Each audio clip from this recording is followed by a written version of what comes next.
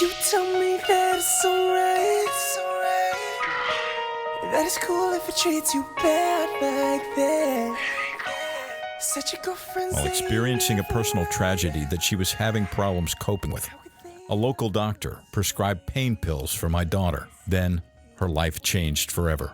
She lost her job at the local bank. She lost her house, her car, her children, and she lost her family and friends. Ultimately, she has lost her freedom and all control of her life. In a voice that is raw and honest, Marie spares no detail in telling us the compelling, heartbreaking, and true story of her Roxy pill addiction. She describes her spiral downward and her life's destruction. Listen as Marie tells about her plunge into the mental and physical depths of drug addiction. She paints a picture for us of a person at odds with her past, with her family, with her substances, and with herself.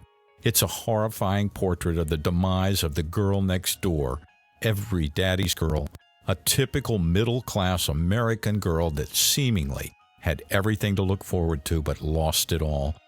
Now Marie awakes to the sobering fact of being sentenced in a Florida courtroom for 5 years in prison, losing her freedom, but not without hope of turning her life around. Marie finds hope and comfort in telling her story in hopes she can warn and help others not follow in her path and to say no to Roxycodone or Roxy's. That was probably like my first real experience with how prescription pills made you feel. It just pressed that quickly where, I mean, in a year, I had to have them. There's nothing that would keep me from getting a pill. I mean, I don't think some people don't realize that an opiate addiction is, I mean, it's a beast. It totally takes effect. It takes your whole body over, you know? You're physically dependent on them to where if you don't have anything, I mean, you don't even want to move. You don't want to get up. You don't want to do anything. And it got to the point, I mean, where I could snort 6 Roxy, 30 milligram Roxys at a time, you know, 180 milligrams, and just to feel normal. That was just a normal feeling, not even getting high anymore. And then once the needle started, well, wow, I could go from snorting 6 pills to shooting 1 pill and being high, getting that rush, feeling high. So that's, oh God, after that started, it was... My father and I were very, very close. He was there, you know, we did play sports. I mean, it's not like I had a bad childhood or anything. My dad was always there. He did everything he could. It's one of the 2 times I've ever seen my dad cry. I know in my heart that he loves and cares about me.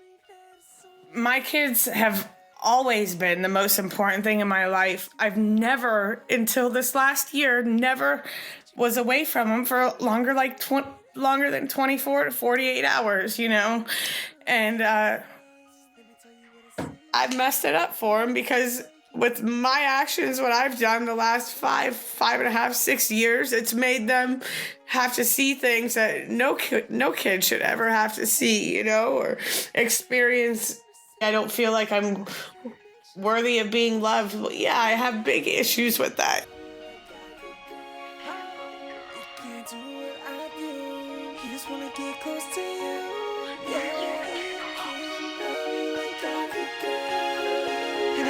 Tell you much more, but you need to walk out that door.